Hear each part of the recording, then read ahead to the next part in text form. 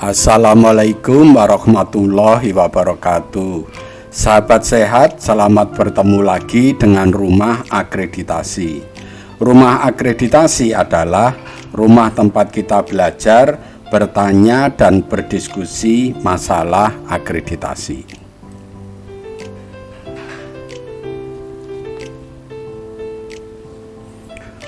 Tutorial kali ini tentang pembinaan Puskesmas ya. Ini kriteria 1.7.1 ya, standar akreditasi Puskesmas yang terbaru ya, tahun 2023. Jadi tentang pembinaan Puskesmas oleh Dinas Kesehatan.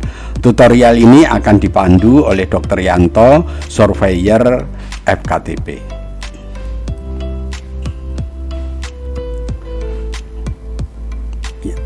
Pembinaan oleh Dinas Kesehatan itu dilakukan oleh TPCB ya, tim pembina klaster binaan ya. Jadi kita pahami dulu apa yang dimaksud dengan TPCB ini ya. Jadi Dinas Kesehatan itu mempunyai kewajiban untuk membina Puskesmas ya, dengan membentuk tim yang namanya tim pembina klaster binaan TPCB ya. Nah, Bapak Ibu perlu mendownload ini ya, pedoman tentang pembinaan Puskesmas oleh Dinas Kesehatan ya. Di dalam pedoman ini akan dijelaskan panjang lebar. Jadi nanti Bapak Ibu dengan membaca buku ini akan paham tentang apa yang dimaksud dengan tim pembina klaster binaan atau biasa disingkat dengan TPCB ya. Jadi ini sekali lagi adalah tim buatan dari Dinas Kesehatan yang berfungsi untuk membina Puskesmas.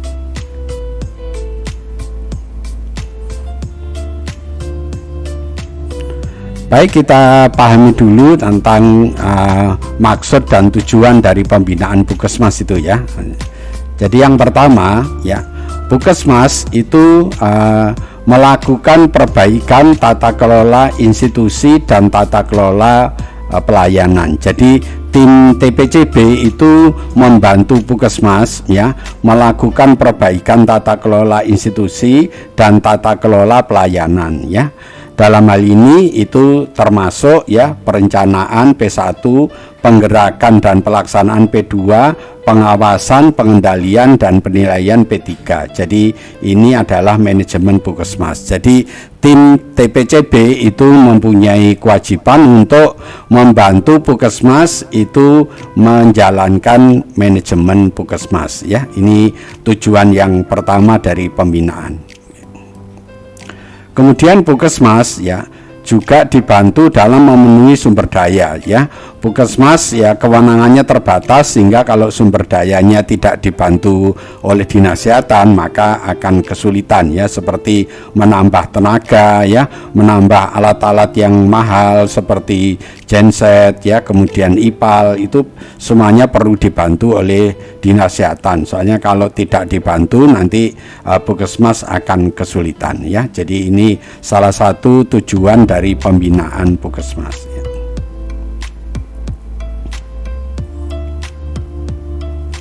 Berikutnya ya, tujuan berikutnya adalah tim TPCB itu juga membantu Puskesmas ya dalam memenuhi standar pelayanan. Jadi di dalam Puskesmas itu banyak standarnya ya. Nah, standar pelayanan itu harus dibantu oleh tim TPCB ya dalam menyiapkannya ya. Mungkin banyak Puskesmas yang tidak mengerti cara menyiapkannya. Lah itu tugas dari tim TPCB untuk membantu menyiapkan Puskesmas dalam memenuhi standar pelayanan.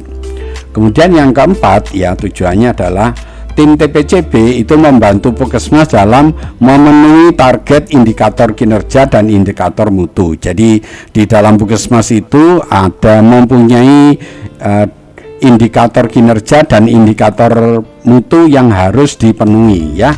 Nah, untuk memenuhi ini tim TPCB mempunyai kewajiban itu. Jadi Bapak Ibu yang sebagai anggota tim TPCB harus mengerti bahwa dalam pembinaan juga harus membantu memenuhi target indikator kinerja dan indikator mutu ya.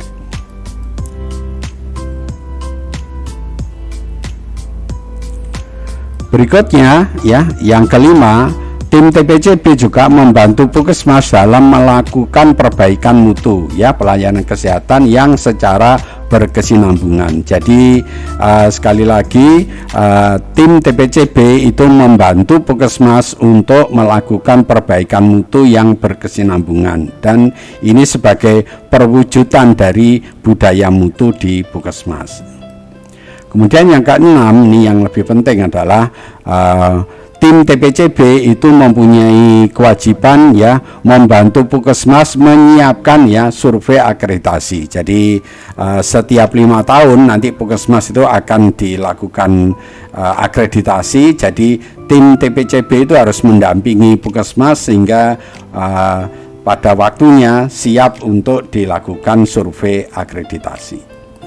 Kemudian yang ketujuh, ini yang terakhir ya, tim TPCB itu juga menyiapkan Puskesmas ya sebagai Puskesmas percontohan. Jadi nanti Puskesmas yang didampingi itu menjadikan contoh, bisa menjadi model bagi Puskesmas lain yang ada di daerahnya. Jadi ini ada 7 tujuan pembinaan Puskesmas yang dilakukan oleh Dinas Kesehatan.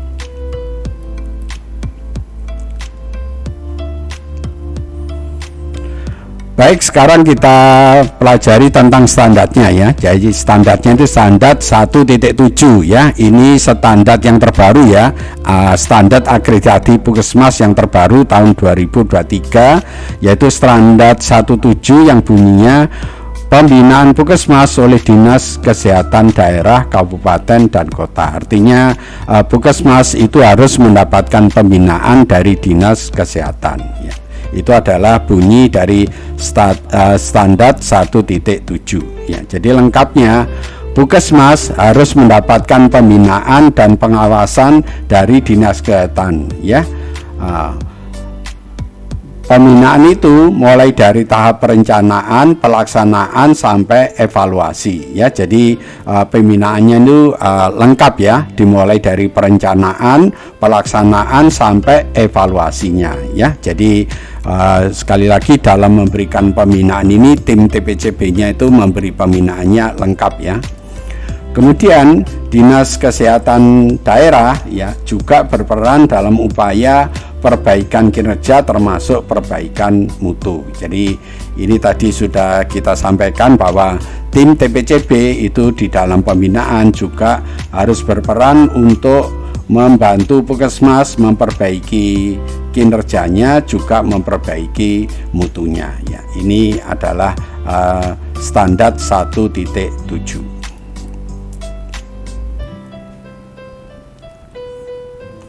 Baik, kita sekarang pahami tentang kriteria 1.7.1 ya. Puskesmas harus mendapatkan pembinaan dan pengawasan terpadu dari Dinas Kesehatan ya, dalam rangka perbaikan mutu termasuk perbaikan kinerja ya. Jadi ini kriterianya bahwa Puskesmas harus mendapatkan pembinaan dan pengawasan. Nah, pembinaan dan pengawasan ini dilakukan oleh tim TPCB yang dibentuk oleh Dinas Kesehatan. Nah, membinanya apa? Itu membina tentang perbaikan kinerja dan perbaikan mutu ya pelayanan kesehatan yang ada di Puskesmas. Ini adalah kriteria 1.7.1 ya.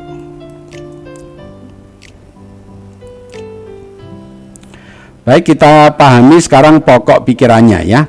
Pokok pikiran yang pertama bahwa Dinas Kesehatan ya, Dinas Kesehatan Daerah ya, itu mempunyai tim pembina klaster binaan yang disingkat TPCB yang dibentuk ya oleh Dinas Kesehatan ya, dan ditetapkan untuk melakukan pembinaan kepada Puskesmas. Jadi Dinas Kesehatan membentuk tim pembinaan. Tim pembinaan itu namanya tim pembina klaster binaan atau disingkat TPCB, dan itu fungsinya dia berfungsi untuk melakukan pembinaan kepada Puskesmas ya.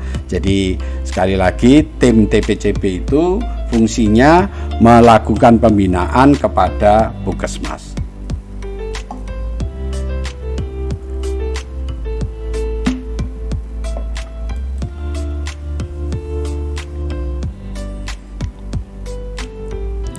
Baik, kita lihat pokok pikiran berikutnya. Ya. Pencapaian tujuan pembangunan kesehatan daerah itu merupakan bagian dari tugas, fungsi, dan tanggung jawab Dinas Kesehatan. Jadi kalau Dinas Kesehatan membina Puskesmas ya dalam upaya untuk meningkatkan ya pembangunan kesehatan daerah, itu berarti juga untuk kepentingan Dinas Kesehatan sendiri ya, karena kalau Puskesmasnya itu jelek, maka yang mendapatkan nilai jelek itu tidak hanya Puskesmas tetapi juga termasuk Dinas Kesehatan, karena ini tadi pencapaian tujuan pembangunan daerah itu merupakan ya tugas, fungsi, dan tanggung jawab Dinas Kesehatan. Jadi sekali lagi, kalau Puskesmasnya jelek ya, Dinas Kesehatan juga akan ikut jelek. Makanya itu Dinas Kesehatan mempunyai kewajiban untuk membina Puskesmas ya.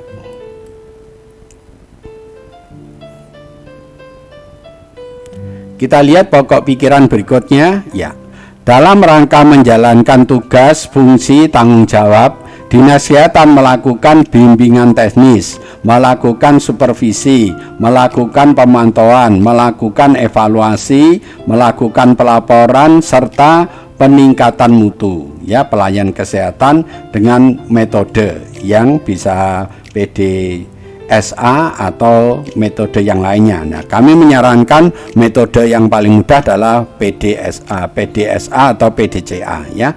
Jadi semua kegiatan itu perlu direncanakan, perlu dikerjakan, kemudian perlu dipantau ya atau dicek, dan perlu ditindaklanjuti. Jadi itu adalah siklus PDCA. Jadi makanya kalau mau dijabarkan ya, pembinaan TPCB kepada Puskesmas itu apa aja, yaitu berupa bimbingan teknis, supervisi, pemantauan, evaluasi, pelaporan, dan peningkatan mutu. Semuanya itu kalau dijadikan satu itu merupakan siklus PDCA ya. Bapak Ibu bisa mempelajari siklus PDCA ini di channel ini. Saya sudah membuatkan videonya. Jadi kalau Bapak Ibu melihat video yang berjudul implementasi siklus PDCA, nanti dalam melakukan pembinaan ini akan lebih mudah dan lebih baik ya.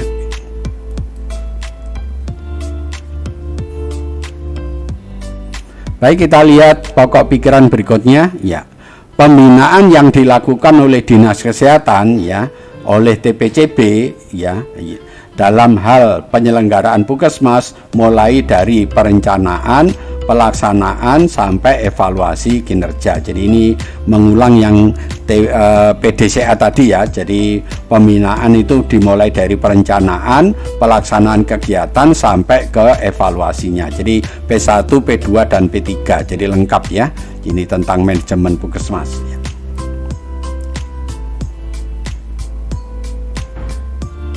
Kita lihat pokok pikiran yang berikutnya ya. Pembinaan oleh TPCB itu meliputi pembinaan dalam rangka pencapaian ya, target PIS/PK ya, target SPM, juga target program prioritas nasional PPN. Jadi tim TPCB itu harus mendampingi Puskesmas untuk mencapai 3 target ini ya. Target pencapaian PIS/PK, target pencapaian SPM, dan target pencapaian PPN ya. Ini merupakan tugas dari tim TPCB dalam hal mendampingi Puskesmas.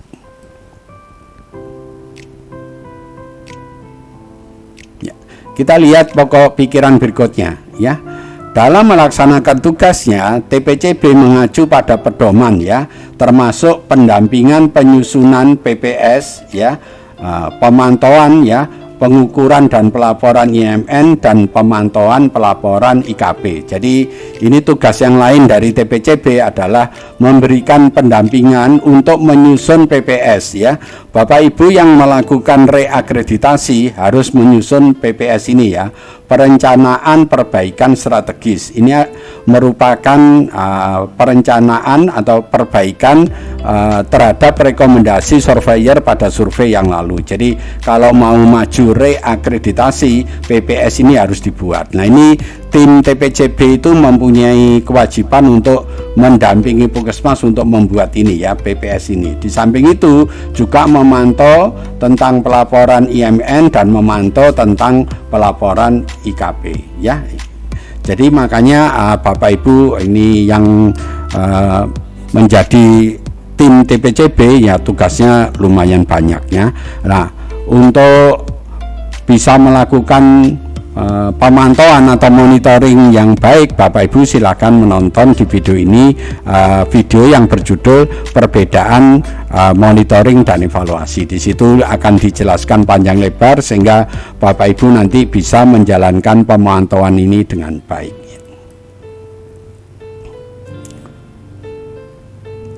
Baik, sekarang kita lihat elemen penilaiannya.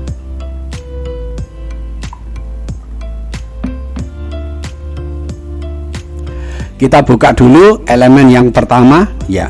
Jadi terdapat penetapan organisasi Puskesmas. Berarti ini ya, Dinas Kesehatan itu harus membuatkan atau menetapkan, membuat kebijakan, membuat SK tentang struktur organisasi Puskesmas. Jadi kalau Puskesmas tidak dibuatkan, nanti Puskesmas tidak akan mempunyai struktur organisasi. Jadi salah satu tugasnya Dinas Kesehatan adalah membuatkan struktur organisasi Puskesmas ya. Jadi nanti untuk memenuhi EP yang pertama ini, dokumen yang harus diperlukan adalah SK tentang struktur organisasi Puskesmas ya. SK ini dibuat oleh Dinas Kesehatan, kemudian ditembuskan ke Puskesmas. Jadi nanti Puskesmas pada saat survei yang ditunjukkan SK ini SK dari Dinas Kesehatan. Ini tentang struktur organisasi Puskesmas.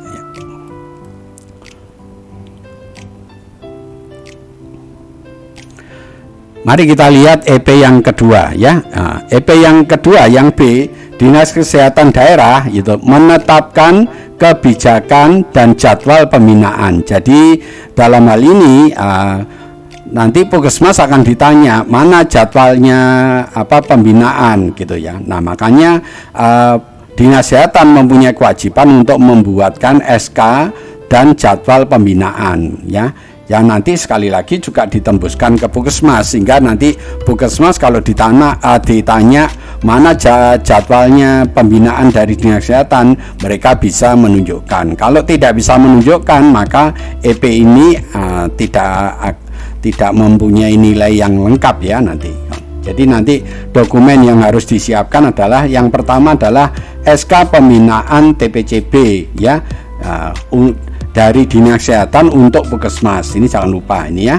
Jadi yang membuat Dinas Kesehatan. Kemudian yang kedua adalah jadwal pembinaan TPCB. Nah, jadwal ini ya ada jadwalnya dan ada buktinya, bukti pelaksanaannya. Jadi tidak cukup hanya ada jadwalnya, tetapi jadwal ini juga disertai dengan bukti pembinaannya ya. Nanti juga buku pembinaannya itu juga harus tercatat ya. Bisa ditulis di buku tamu atau di buku bantu yang lain ya.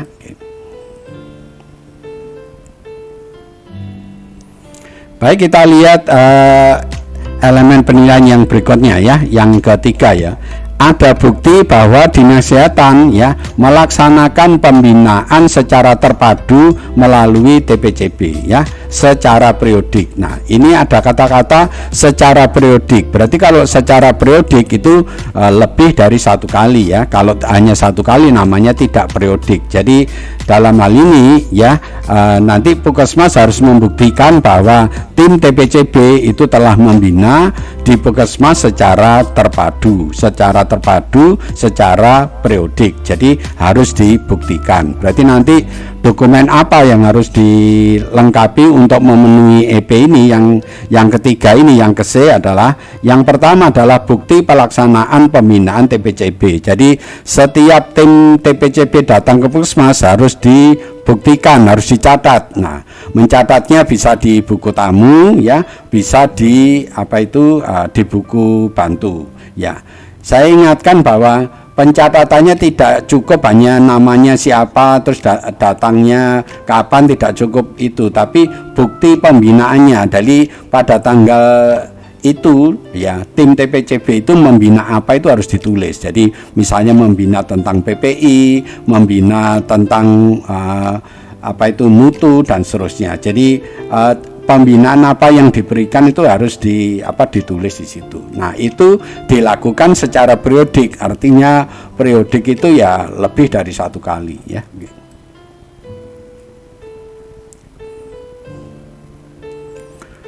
Ya, kita lihat berikutnya ya, EP berikutnya yang keempat, ada bukti bahwa TPCB menyampaikan hasil pembinaan. Jadi tim TPCB setelah memberikan pembinaan di Puskesmas harus memberikan hasilnya ya, pembinaannya kepada kepala dinasnya. Nah, kemudian kepala dinasnya ini memberikan umpan balik kepada Puskesmas. Jadi artinya tim TPCB ini memberikan laporan ya, memberikan hasil pembinaannya kepada kepala dinasnya, kemudian dinasnya memberikan umpan balik kepada Puskesmasnya. Artinya pembinaannya kemarin itu bagaimana, yang kurang apa, yang harus diperbaiki apa ya. Itu maksud dari EP yang keempat ini. Jadi nanti dokumen yang perlu dilengkapi untuk memenuhi EP yang keempat ini ya. Yang pertama ada bukti penyampaian hasil pembinaan. Jadi ada bukti laporan dari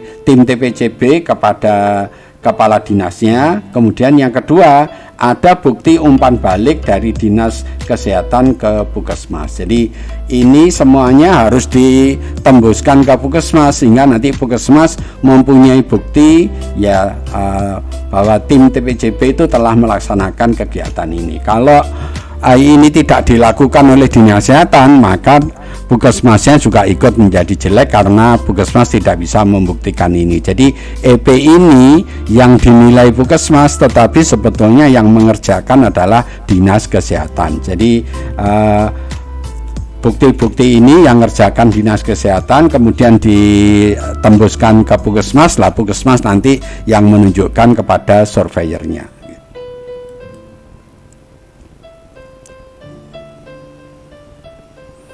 Baik, kita lihat ke EP berikutnya ya. Jadi ada bukti bahwa TPCB itu melakukan pendampingan ya, penyusunan rencana usulan RUK dan rencana pelaksanaan ya RPK. Jadi juga termasuk rencana 5 tahun. Jadi dalam hal ini ada bukti bahwa tim TPCB itu mendampingi Puskesmas untuk membuat RUK, untuk membuat RPK, dan untuk membuat rencana 5 tahun. Jadi 3 yang harus didampingi oleh tim TPCB, yaitu pendampingan membuat RUK, pendampingan membuat RPK, dan pendampingan membuat rencana 5 tahun ya. Ini maksud dari EP yang ini ya. Nah, sekarang dokumen apa yang harus disiapkan ya untuk memenuhi EP ini?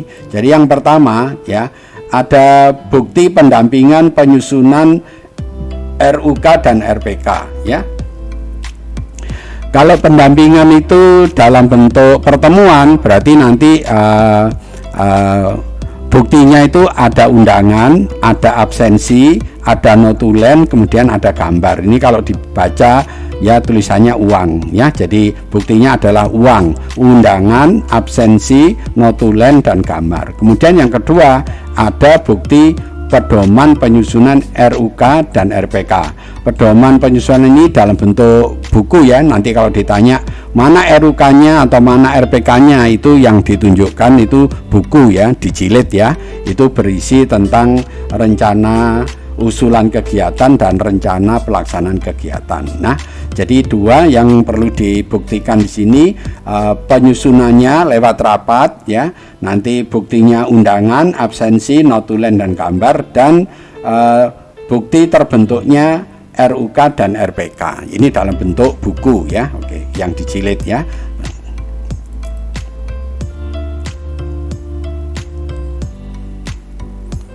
Kita lihat slide berikutnya ya. Jadi yang F, ada bukti bahwa tim TPCB itu menindaklanjuti hasil pelaksanaan lokakarya mini dan pertemuan tinjauan manajemen. Jadi ini tim TPCB ini juga mempunyai kewajiban untuk menindaklanjuti hasil logmin, baik logmin bulanan maupun tribulan, juga pertemuan tinjauan manajemen. Jadi Puskesmas itu kan melakukan pertemuan ya, pertemuan rutinnya namanya Lokmin bulanan, kemudian Lokmin tribulanan. Di samping itu juga membahas mutu di pertemuan tinjauan manajemen. Nah, dalam hal ini tim TPCB itu harus menindaklanjuti hasilnya. Nah, itu yang dimaksud oleh EP yang F ini. Berarti dokumen apa yang harus dipenuhi untuk memenuhi EP ini ya? Yang pertama ada bukti tindak lanjut Lokmin. Jadi setiap ada Lokmin ya, kalau ada masalah-masalah ya perlu ditindaklanjuti. Nah, juga di rapat tinjauan manajemen kalau ada masalah-masalah perlu ditindaklanjuti. Nah, dalam rangka menindaklanjuti Lokmin dan RTM ini itu harus ada bukti tim TPCB ini ikut terlibat untuk membantu ya. Salah satu yang mudah untuk membuktikan ini ya dengan diadakan rapat ya. Rapat itu nanti sekali lagi ada undangannya, kemudian ada absensi, kemudian ada notulen dan ada gambar. Nah, di notulen itu ditulis bahwa tim TPCB itu menyarankan atau menindaklanjuti apa, ditulis di situ. Itu jadi nanti itu merupakan bukti bahwa tim TPCB telah ikut membantu menyelesaikan masalah di Lokmin dan menyelesaikan masalah di RTM.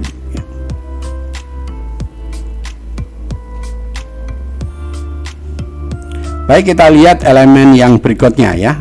Jadi ada bukti bahwa tim TPCB ya itu melakukan verifikasi dan memberikan umpan balik hasil pemantauan dan evaluasi penyelenggaraan pelayanan di Puskesmas secara berkala. Jadi tim TPCB juga harus ya sekali lagi memverifikasi dan memberikan umpan balik hasil pemantauan dan hasil evaluasi ya. Jadi ini merupakan tugas juga bagi tim TPCB. Jadi sampai di sini kita melihat bahwa tugasnya tim TPCB itu dalam mendampingi Puskesmas itu banyak sekali. Nah, untuk memenuhi EP ini dokumen apa yang perlu disiapkan ya?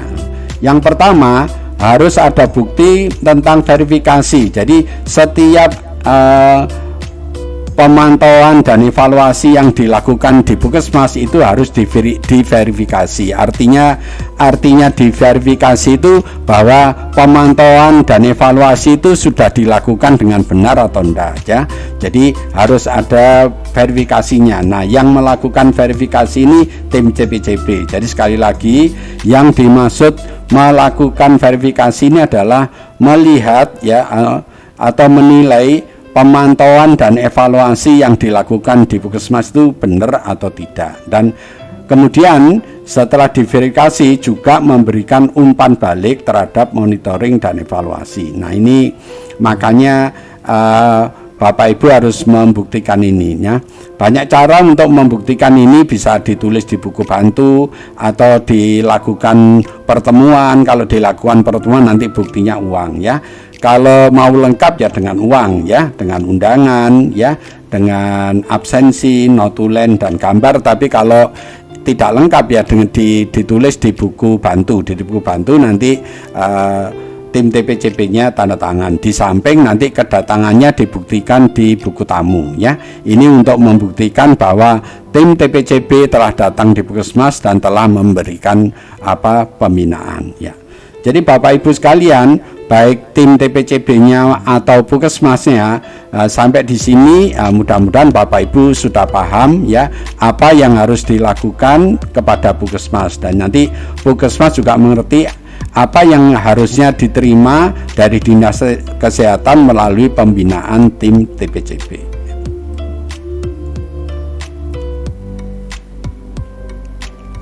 Berikutnya kita lihat EP berikutnya ya. Puskesmas menerima dan menindaklanjuti hasil umpan balik pembinaan dan evaluasi kinerja dari tim TPCB. Jadi nanti setelah tim TPCB itu memberikan pembinaan, kan dilaporkan kepada kepala dinasnya, kemudian dinas kesehatan akan memberikan umpan balik. Nah, umpan balik yang diberikan oleh dinas kesehatan ini harus ditindaklanjuti oleh Puskesmas ya.